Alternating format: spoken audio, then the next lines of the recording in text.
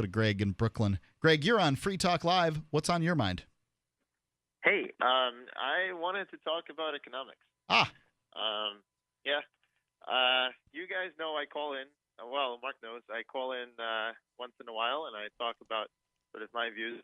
And you often ask, what are my views when it comes to these things? Because they are not exactly anarcho-capitalist. Yes, so indeed. And so I kind of wanted to lay out what I think is my narrative of, let's say, what happened in the 20th century and what's going on now. But to do that, I would have to talk for 2 minutes. Is that fine? 2 minutes? Go ahead. Yeah. Okay. So essentially, these are not my ideas. They're taken from from economists, and so there's this. There's no such thing as a unique idea, Greg. There it is. So there's something called a three-sector hypothesis or a four-sector hypothesis. It basically says that an economy goes through different stages where first, there's the farming and mining. You got right. the raw materials. Dragging things out of the land. Exactly. Then you have manufacturing. Then you have sort of products being made in the service industry. And maybe there's a fourth sector of intellectual production, like movies and software and stuff like that. Okay. So you can see the American economy under capitalism going through essentially these sectors, but eventually being disrupted by either automation or just better technology. So, for example, Joseph Stiglitz makes this point that before the Great Depression, 20% of Americans, 1 in 5 employed Americans, worked on farm-related jobs. Today, 2%. Right. So that was a big disruption. Basically, farmers are operators of giant pieces of machinery. They sit on their butts and listen to talk radio all day. Could be. At some point, machinery, right, makes it, that's the point of automation, is to make less humans need to do the work. So it was basically, if you look at the fundamentals of the economy, it was interesting. Before the Great Depression, it was basically a giant disruption. So there's machinery, and people were out of work. And if you read novels like Steinbeck's Grapes of Wrath and stuff, you know that they basically would migrate to the cities. And this transition took a decade, where they migrated to the cities. You needed to build factories and basically re-educate everybody and create jobs. And now it became a manufacturing environment. But in the transition, there was a huge shock to the economy, demand shock for human labor. I'm waiting for you to cite Upton Sinclair. Well, I'm just going to jump. Basically, after World War II, most of Europe was bombed out. Most of Japan was dealing with their problems, us throwing an atomic bomb on them. Every manufacturing country in the world besides the United States and Canada. Exactly. Were destroyed. And so we got Detroit. We got the car manufacturing industry. America was manufacturing more than the rest of the world combined at some point. It had to supply the rest of the world.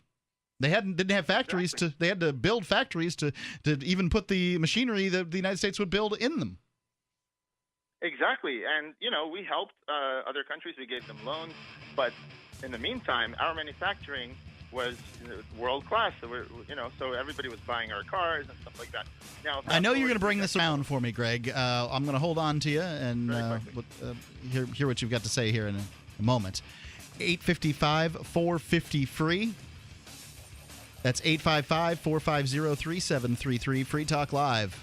Let's go back to Greg in New York. Now, Greg was talking about his vision of how the world can be a better place, and he was, sort of moving us through the timeline of a maturing economy.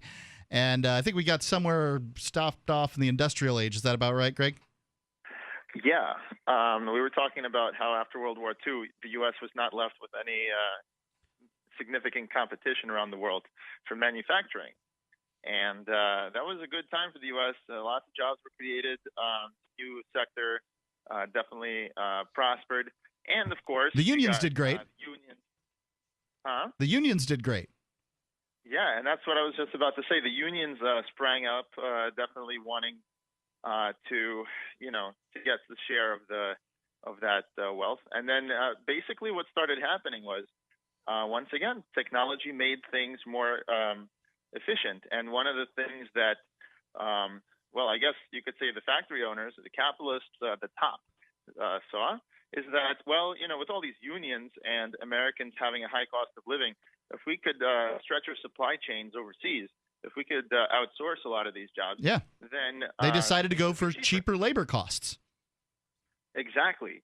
So now, over the next few decades, technology has improved to such a point, and logistics have improved, that Americans are really started to get, the average worker would start to get in the race to the bottom, you could say, with the rest of the world. So the rest of the world makes like, $70 a day on average. Right. And so if you want to compete against somebody who's making $70 a day, you're going to have to be in that realm, right? Now, the United States is manufacturing more than it has ever manufactured in its history, but there's not nearly the amount of people working in manufacturing that there used to be. Exactly. So it's not just outsourcing, but it's also automation. And definitely we have a lot more robots. In fact, they take our jobs! Well, initially Apple was happy. It was proud to be made in the USA. All the Macs, all those computers were primarily made here. And then they quietly made it so that all the iPhones are, assembled in Foxconn and other areas around the world and shipped here. So it's very interesting how even, a company like Apple that was proud of creating stuff in the USA just said, and actually Steve Jobs said, the jobs are not coming back. So that was very interesting. You could read an interview with that. So my point is that now I just read a piece recently that said so the same thing is with the farm jobs. Back then, a quarter of the working population was working in manufacturing. This was like in the 60s, 70s. Now, 1 in 10. Well, Greg, you're going to have to give me your vision of the future here. We got about a minute left. Okay, very quickly. So now we have IP is the biggest export of the U.S. So we have a big IP lobby, and that's why we have trying to make treaties around the world. I think we need safety nets to protect against demand shocks, because people who are working in the country, we may create new jobs, but in the meantime, to prevent a lot of people, the wages are where the demand comes from. So unless you want to go into a spiral where people have no money to buy things, which leads to less money in the system, you need at some point to have fiat currency to give out to people to weather those storms, and so the banks can give it out to entrepreneurs. So the problem with things like the problem with things like welfare and fiat currencies and stuff like that is that you have to force people to participate. Many people don't want to participate, and the difficulty is that it saps incentive, right?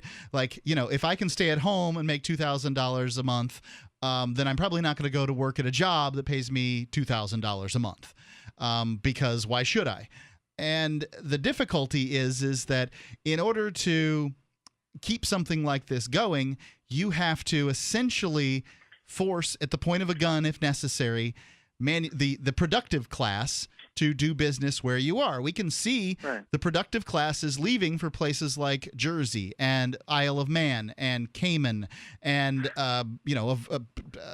Panama and a variety of different places. I just want to say one thing, and then you can answer after I get off the phone. I just want to say, remember when what was it?